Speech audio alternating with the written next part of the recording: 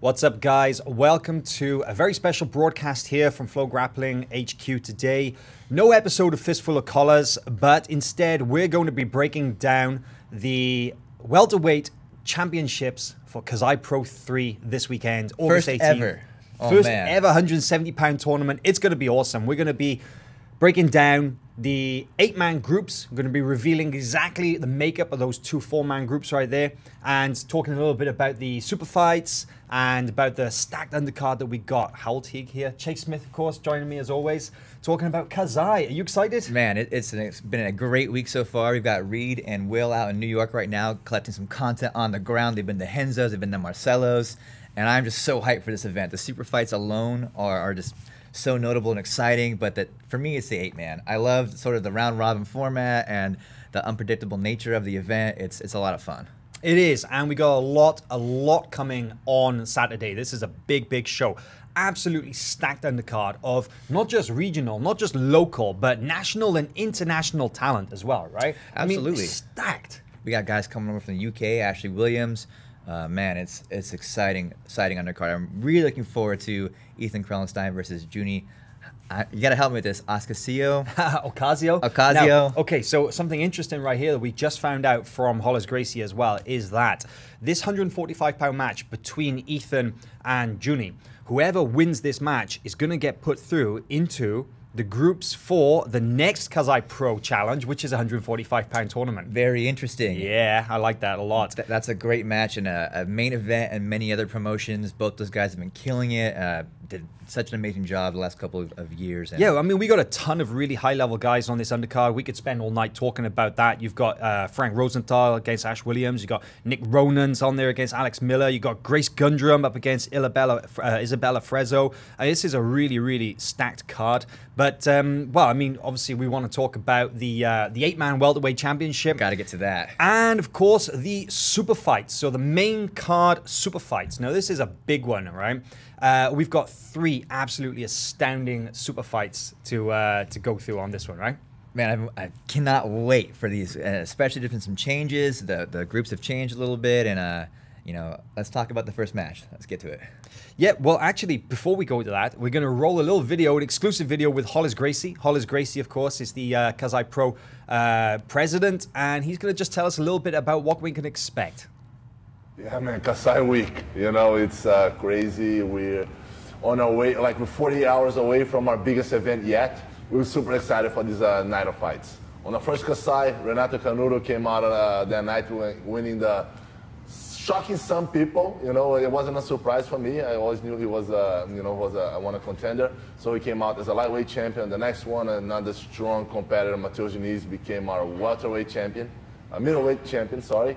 And this time we're going to crown our welterweight champion. When fans tune in on August 18th for KASAI Pro 3, what do you think that they can expect from the show? Now they better have, you know, they can separate, you know, like a good 4 or 5 hours of the day.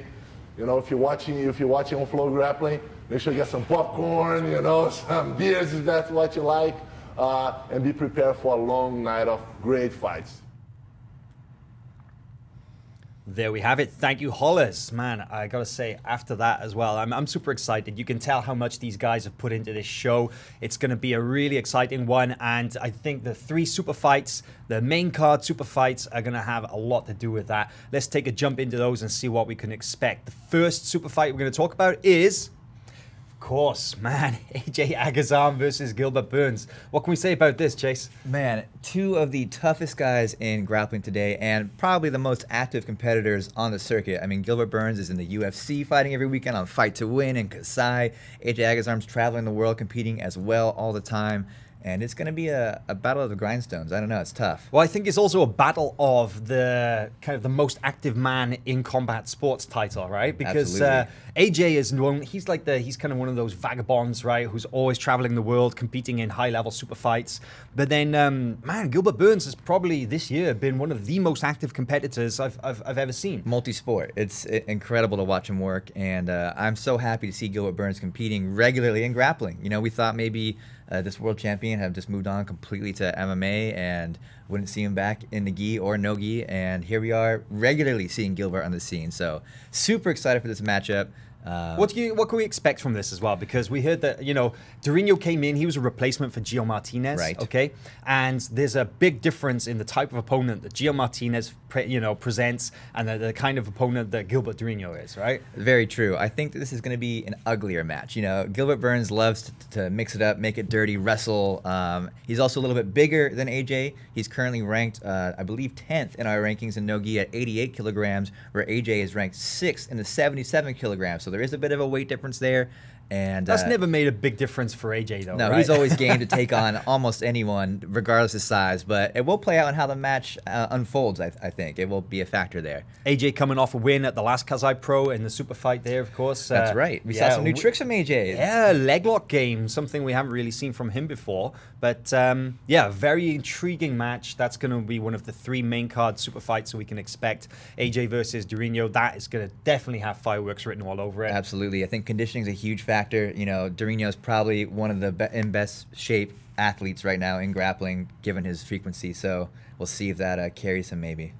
Very much so. And next up, of course, we've got John Calestine versus Gianni Grippo. Now, this is a really intriguing match for me. John Calestine is the newcomer to the scene, burst onto the submission grappling scene earlier this year with a big win at EBI, beating Gio Martinez in the finals, but he's kind of struggled to actually get matches since then. Not that many people want to go up against him, right? It's true, and he's coming from a very stacked team, and they're all trying to make their name on the pro circuit, and you got to wait your turn, but John has waited long enough. He's about to have a breakout show, perhaps, at KASAI 3. And thing is, though, this is not exactly an easy coming out party, right? Because Gianni Grippo, I mean, I think he's like 26, 27, and he's already like a veteran of the sport, right? The guy's been competing at the highest level for a couple of years now, and he's no stranger to the leg lock game either. It's true. Johnny answered a lot of questions at the first KASAI back in December when he went up against Gary Tonin and Enrico Coco, both guys known for exceptional leg lock games, and Gianni ended up beating both of them, and that surprised a lot of people, myself included. I thought, you know, it's not the rule set he competes in ever, so for him to go out and win is pretty impressive, which really puts the onus, I think, on John to up his game, to do a lot of homework and come out with something fresh. Well, I think the rules will definitely be a factor here as well. Both the Agazarm Durinho and the Gianni Grippo John Calestine matches are both 15 minutes submission only. The interesting factor that Gianni Grippo versus John Calestine as well. John is a lot smaller than Gianni. Gianni will be cutting down to 150, whereas Calestine could easily compete at 135 with not too much of a cut. So maybe size will come into it a little bit. Very there. different body types too. Johnny's a bit lankier, and John is very stocky for his size. So I'm very curious about this match. It's definitely tough to call at this point. And of course, the main event, which is the next big super fight we can expect, and of course it is Rousimar Palhares, also known as Toquinho, up against Craig Jones. Now, this is the match that has got everybody talking, right? It can't be denied. I mean, just look at Palhares. He's gigantic, and apparently the weight has been moved a little bit. It might be open weight, and yeah, well, it might be necessary. This was meant to be a 185 match, and well, from what we heard, Toquinho's more like 220 right now, and Craig Jones not a small guy though. Let's put that out there, right? He's 6'2", so it's a little bit deceiving when you do the side-by-side photos where you see Craig looking somewhat slender. He's a tall guy, and he's in great shape, so it's just a very different body juxtaposition going on there. Yeah, the photos that we saw of Toquinho like last week on the internet got everybody talking, and him just looking absolutely jacked. They maybe weren't a true representation of his size, right? But let's be honest, pretty big though. He's still pretty big. Look at the photo right there. Yeah, the guy's like as wide as a house. You know, he's only like 5'8" at best. You know, I mean, and he's maybe such like thick phenomenal shoes. athlete. I mean, that video we put out this week of him just doing Granby rolls and looking so loose and fluid. He moves amazing for someone with so much muscle. I cannot wait for this match. And let's be honest, the question as well is that everybody's expecting a leg lock, right? Because Craig has made his name as being a phenomenal leg locker, having, you know, basically reverse engineered the Danaher system, figured it out himself, and then applied that in competition. And then you've got Palhares, who's known for literally like tearing like limbs apart with submission attacks. But Palhares has gone on record as saying, hey, I'm not just a leg lock guy. You know, I'm an armbar guy, I'm a choke guy, I'll take whatever is there. So, you know, maybe the leg lock is a little bit too tunnel vision. What do you think? A little bit, and Craig's been very open about it as well in interviews, that he uses the leg lock game to expose other areas, to either open up a pass or take the back or something. So I think two of his biggest wins, career wins are at not ADCC leg locks. weren't leg locks. Yeah, they came from them though, or at least one did. Yeah, you had the submission against Leandro, was a rear naked, and then the flying triangle over Moreau Santana. Exactly. But you're right. I mean, he had Leandro in a dead to rights heel hook at one point, so maybe it will come to play. But Craig's been very open this week about sort of the fear and mystique surrounding Palhares. You know, it's definitely not an easy match to take. I think everyone would be very nervous to sign that contract, but he said once he got over signing it, it became game plan time. It was the fear's over, put that behind you, and look to the task at hand, is how he put it, I believe. So, man, I can't wait to see how this one plays out. It's going to be fun. Well, respect to him. Moving on to the 8-man welterweight championship. Now, this is what we're going to reveal today. We're going to basically announce how the groups are made up. So the 170-pound championship will see 8 grapplers come together for a series of matches, and it run in a round-robin style. So basically what you've got is you've got 2 groups of 4 men. And let's just get a reminder of how this system actually works. So round robin means that everybody in a group faces against all the other grapplers. A group of 4. A group of 4, exactly. So split into 2 groups of 4. The one guy in Group A will face everybody else in that group. So even if he loses, it doesn't automatically put him out of the running to go on, because every match, the outcome earns points. And so it's 3 points for winning by submission. It is 2 points to win via points, and it's 1 point for a draw. If you lose, of course, you don't get any points. At the end of the round robins, the points are tallied together, and then the highest number of points, basically that guy will go through to the finals, whereas the second place guy will go through and fight into for the third place match. Exactly. So it's pretty cool, actually, because you get to watch guys go off against each other all the time. You can see right here. So goes through to the finals, the number 1 guys, and of course number 2 in each group will face off for third place. What do you think about that, Chase? Man, it completely changes the game. It's for me as a spectator way more entertaining, because you can see how people adjust to the rules, how they just make small changes to the game. Mike Perez talked about this, where going into the event he had game plans specifically for DJ Jackson and Mateus Denise, I think, and they ended up not even being in his group. Yep. So he had to completely sort of shift how he entered that competition, and you can see basically that competitors, they're not on the same footing as a normal tournament. They're a little bit thrown off, and it makes it exciting and interesting. It does indeed. So let's take a look at the groups and how that actually works. So we're going to be filling in these blank squares as we go, and I think it's time to announce the first competitor. Let's do it. The first athlete from Group A is Victor Silverio. Ooh, Gracie Barra, black belt. Very explosive, athletic. What do we think about Victor Silverio, Chase? Man, this is a great entrant here. He's a last-minute replacement for Mike Perez, who was injured, and I'm very curious to see how this plays out, because he's more of a gi athlete. He's known as a gi athlete. Known as a gi athlete. But training at Gracie Barra Northridge with Romulo Bahal, Gabriel Alages, Edwin Hajmi, yeah, that's probably one of the best training rooms, not just in the country, but in the world. So I think when we watch him compete in the gi, sometimes he gets tied up where he can't use his athleticism as much, and in no gi, man, he might be able to run wild. So I'm excited to see him just kind of go out like a firecracker out there and just make something happen. Absolutely. So that's the first name for Group A. And next up is Group B, Mateus Lutz, KASAI Pro qualifier winner. So Mateus is a brown belt training out of Marcelo Garcia's in New York, and he actually fought in the Open KASAI Pro qualifier tournament to earn his place in this 8-man. That's pretty impressive, right? Absolutely. It's what launched Gianni's career back in December, and we might see a coming out party here from Mateus Lutz. He is a purple belt world champion, gi and no gi, so he's clearly got the chops. And training at Marcelo's as well. I think Marcelo's is interesting in that gym that they literally have a 50-50 emphasis on gi, no gi, right? All year long, doesn't matter. Doesn't matter. Right. I mean, that's Marcelo, right? But it's interesting because maybe a lot of other teams, they only switch to no gi during the no gi season. Sure. Yeah, so I'm sure he's very adequately prepared. Not only is he at one of the greatest gyms on the planet, he has a couple KASAI veterans in his corner getting him ready, Mateus Denise and Gianni Grippo. So I think he'll look great. I like to think of him as jacked JT Torres. You know, he's huge. So I'm excited to see what he can do. Fantastic. So the group's starting to take a little bit of shape now. Next up is Group A, PJ Barch. So PJ Barch is 10th planet black belt and a D1 wrestler.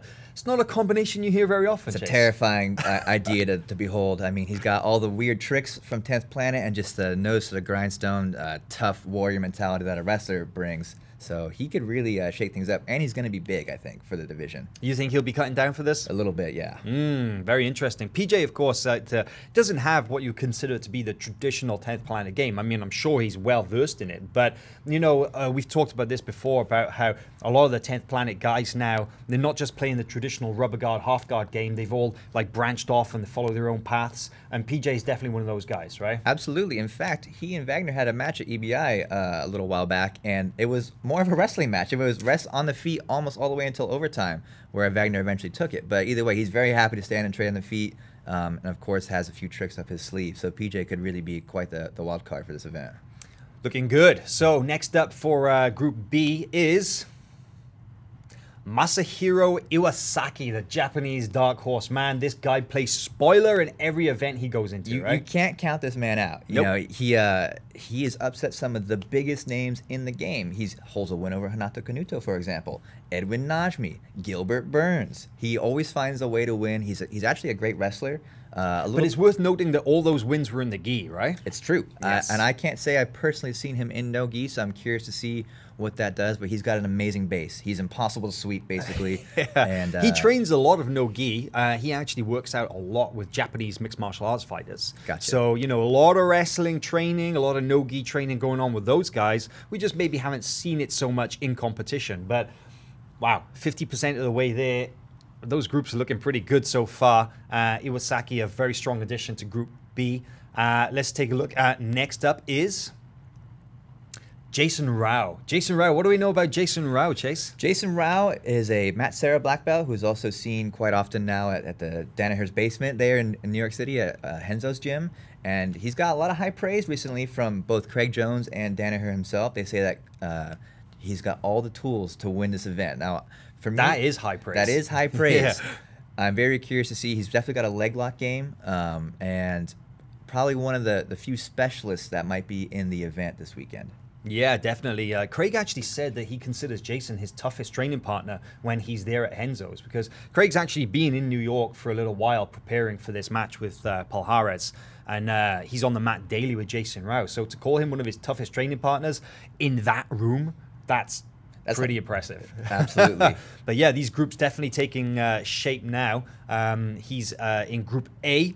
So Group A is almost complete, actually. Let's keep moving. There we go. Marcin Held. This is the third athlete for Group B. Marcin Held, man, he's a leg lock machine, but known more as of an MMA guy. Absolutely, but a submission machine in MMA. He's got 34 fights, and 14 of those wins are by submission. He has a great Imanari roll, and definitely goes a lot for straight knee bars and stuff like that. He's super fun to watch. He got bronze, I believe, at ADCC European Trials 2010, I want to say. So he's been around at submission grappling scene for a long time, and man, let's just put this out there as well. The fact that he's only 26 years old and he's got over 30 MMA fights. That's shocking. He's been around, man. He's been around for a long time, but he's been off the professional grappling scene and he hasn't really been in that world too long. So coming back from heavy MMA emphasis onto the no-gi grappling, let's see it's how definitely a challenge. It is a big adjustment to make, right? I think the round robin format will actually suit him quite nicely, though, because he's sure to be in phenomenal shape and ready to go. Mike Perez, again, in this interview, talked about the quick turnaround times on these matches and how you're right back out there. And so that might actually be beneficial to someone in his condition. Yeah, MMA fighters generally extremely well conditioned, and that's definitely an edge that he'll have. Only 2 men left now, so let's go on for the last one for Group A, and it is Hanato Kanuto. Oh, this is it, the firecracker himself, right? Hanato Kanuto, 155-pound KASAI Pro winner and the first KASAI Pro event. Number 2 ranked FloGrappling no-gi 77-kilogram athlete, and just a beast. He's so fun to watch, explosive. He's got amazing flying attacks. His guard passing is just so athletic and unpredictable. He's one of my favorite people to keep an eye on, and clearly a top contender, I think, for this event. He will be one of the smaller athletes, as you you mentioned, he is the lightweight champion. I'm not so sure about that because I heard that he had to cut a lot of weight to get down to that lightweight. Interesting. So 170. Okay. I've been keeping an eye on his Instagram, and he's enjoying all the food that is there on offer in New York. So excellent. I think we might actually see a bigger, stronger Renato Canuto this week. We'll see how that changes things then, because maybe he won't be as nimble. I don't know, but he's definitely one of my favorite athletes to watch, and sure to put on a show. Well, that means that Group A is done. Silverio, Barch, Jason Rao, and Renato Canuto. Very, very difficult group to call there. And of course, it leaves just one man left in this for Group B, and that is Wagner Hoxha. Another monster. Another monster indeed. Wagner Hoxha, I mean, wow, this guy is just a phenomenal athlete, one of the grittiest, chippiest grapplers that we've seen on the no-gi circuit, ADCC veteran. Bronze medalist at ADCC 2017. No Our less. number 4 ranked 77 kilogram no-gi athlete, and yeah, gritty, tough. He brings it. I mean, there's not much else you can say about him. He's got such a slick Kimura trap system that catches everyone off guard. He can just kind of hit that from anywhere, take your back or finish you, kind of do whatever he wants. He's just got a great nasty, wrestling nasty too. man. His foot sweep is incredible. His submissions as well. They're not like pretty technical submissions. They're like, I'm just gonna beat you up submissions, aren't they? So and he does, you know. And so I think, man, I can't wait to watch him compete, especially 4 times. You know, that's not before the final even. So that's the beauty of KASAI. You get to see these guys go through so many matches and really put on a show for the entire evening. Well, let's take a quick look at these because these 2 groups are absolutely phenomenal. Group A, Silverio, Barch, Jason Rao, and Renato Canuto. And then Group B, Mateus Lutz, Masahiro Iwasaki, Marcin Held, and Wagner Hoxha. Wow, that is a tough one, but that definitely sets up a potentially interesting final because whoever is going to emerge number 1 in either of those groups is not going to have an easy final because he's going to have to. It's a long way. Yeah, whoever he faces is going to be the guy who came out on top of a stacked field. Man, this has got to be one of the most intriguing championships for me I've seen in a long time. It's tough to call because we have high-ranked athletes and we also have some wild cards with some serious skills. So it's impossible to really call a winner at this point. I'm really, really excited, though. Man, it's going to be great. Well, I mean, we were looking at it in terms of the favorites and the unofficial odds, which we'll be putting up later. And I think we'd have to agree that Canuto and Hoxha are definitely among the favorites to take it all, let alone to win their groups. But then you look at some of the disruptors, shall we call them? Guys like Victor Silverio, guys like Masahiro Iwasaki, who you really can't count out. Extremely difficult to score on, extremely tough. And of course, they'll be going in there with a lot to prove as well, right? Absolutely. And I think we have to take into account the way these points will add up. If someone gets more submissions, they can easily beat maybe the favorite. So I think Marcin Held, for example, who's a great leg lock guy, maybe he gets 4 submissions, and that might be enough to win the group. So that's what's great about this format is that it doesn't matter. Winning isn't enough. You have to win impressively and by submission if you really want to be the champion, or at least make it to the final. So that is actually a really great point because the strategy of these matches as well, simply to win, to cruise to victory is not enough, right? When maybe you're in a group with a couple of guys and somebody has taken somebody out by submission and you beat that same person by points, there's an onus on you to come back and you got to tap your next guy out. Otherwise, you're going to be below that guy on the leaderboard, even though you're equal with the amount of wins. It's not just winning, it's how you win, right? Exactly, and it really puts the pressure on, and it makes these matches really start to turn up immediately because guys know they have to win by submission. So it's an exciting time. Well, I gotta say, KASAI Pro 3 is gonna be a really exciting show. You're gonna be able to watch that live on FloGrappling Saturday afternoon. August 18th is this weekend. Weigh-ins tomorrow. Man, like, it's just going to be a stacked card, right? It's going to be a lot of KASAI all over our social networks leading up to it. You won't miss a minute, and yeah, we're pumped here. Guys, well, I hope you enjoy, and we're definitely excited for it. I hope you are too. See you again soon.